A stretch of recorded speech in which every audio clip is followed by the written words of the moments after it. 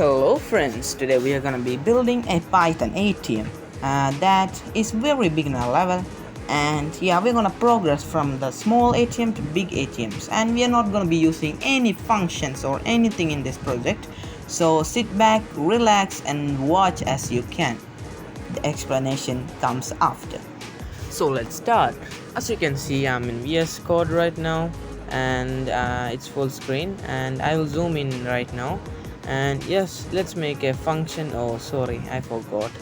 So let's just type money, or yeah, spelling mistake, it's money. Money, we can just set it to 100 for now. Yeah, 100 money. And next we can set a username. Let's set username into my name, ameen, and password. Password is equal to 1234. That's the best password for now, because yeah, it's uncrackable, as you know.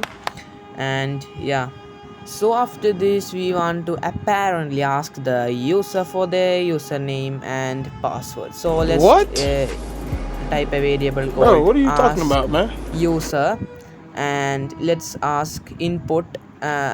Let's ask the enter your username or something inside is our username, because yeah, enter username is so long. And after let's do a if statement. If user ask user is equal to ameen, or if you want to change the username accordingly, you can name it as username. And after then you can make the password like ask password. We can update the variable ask user using the same method, ask user equal to input password. And now after we ask the user their username, the next time we use ask user, it will automatically update. Like first time it was username.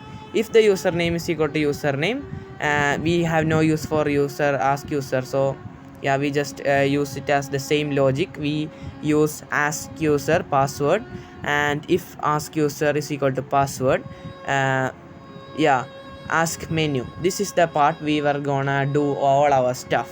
Or yes, everything like deposit, look, profile, everything we are gonna do it in here.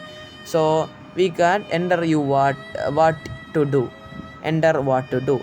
And after this time we want to if the user didn't give us the correct answer for the username, what to do.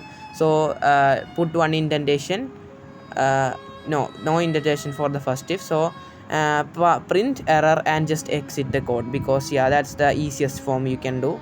For exiting the code you can use quit.0. Zero is for just seeing, so don't really care. And the first username we have done it, and we also want to do it for the password. So let's do it also for the password. Look at the indentations, just press tab. The indentation should be 4 spaces. And yeah, else if the password is wrong, else print error. Make it a string, okay? Print error and just quit from the code, because yeah, if it's an error, just quit. Yeah, now let's get into the real work here. What to do if ask menu. Let's first of all do some easy work, because we can just copy paste it. Let's write if ask menu is equal to nothing, or we can give us an empty string, and close with a double column, and pass is for just doing exactly nothing, because pass is just for avoiding indentation errors. Or if you didn't give anything in that space, there is gonna be an error. So if you give pass, there's not gonna be an error. That's all. And you want to copy paste everything, yeah, 4 times, because yeah, we're gonna only have 4 functions. And now we can name all the functions. So now let's first function deposit, next function withdraw spelling is that like, because I like it. And the next one we can name maybe profile, because we want to see the username and password. Since we are already logged in, we can also see the password, and we can also do the quit. yeah, now there is also the quit. So quit is for quitting the loop. So we need a loop to quit, otherwise it won't be a actual calculator, right? Yeah, we want it to repeat infinitely, so we just put a loop called on, or on is equal to true, and we are gonna give a variable on is equal to true at the beginning of the password. If ask user password is equal to password, and we are gonna indent everything.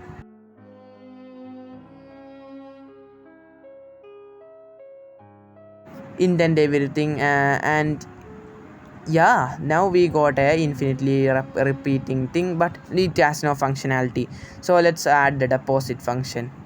So for the deposit, we want to we are asking the user ask menu. We want to make it an integer because it's not already made an integer at the beginning.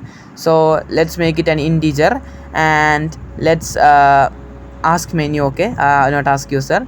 Let's make it an integer, and then money plus is equal to ask user ask menu, because we want to add or deposit. Okay, then we can give a formatted string and type the thing we want to see, like, yeah,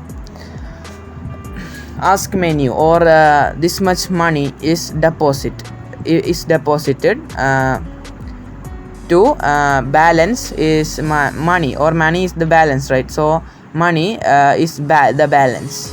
So that's a bad grammar, still we can use it, right? And yeah, for the withdraw we can just copy the first function maybe. Yeah, we want to make it an integer, of course, because yeah, we are also gonna be messing up with some numbers.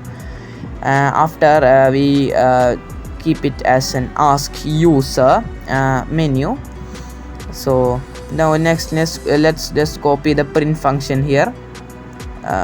Yeah, where is copy? Yes, copy. And after that let's add money minus equal to, because it's withdrawal, and ask menu, and instead of deposited we gotta give it withdrawal. Yes. And yeah, let's type withdrawal. Yeah, now the profile we just had to print our username, so print username. So we want more interactive, right? So we just put a formatted string username, and in a parenthesis or brackets, what it is called, username.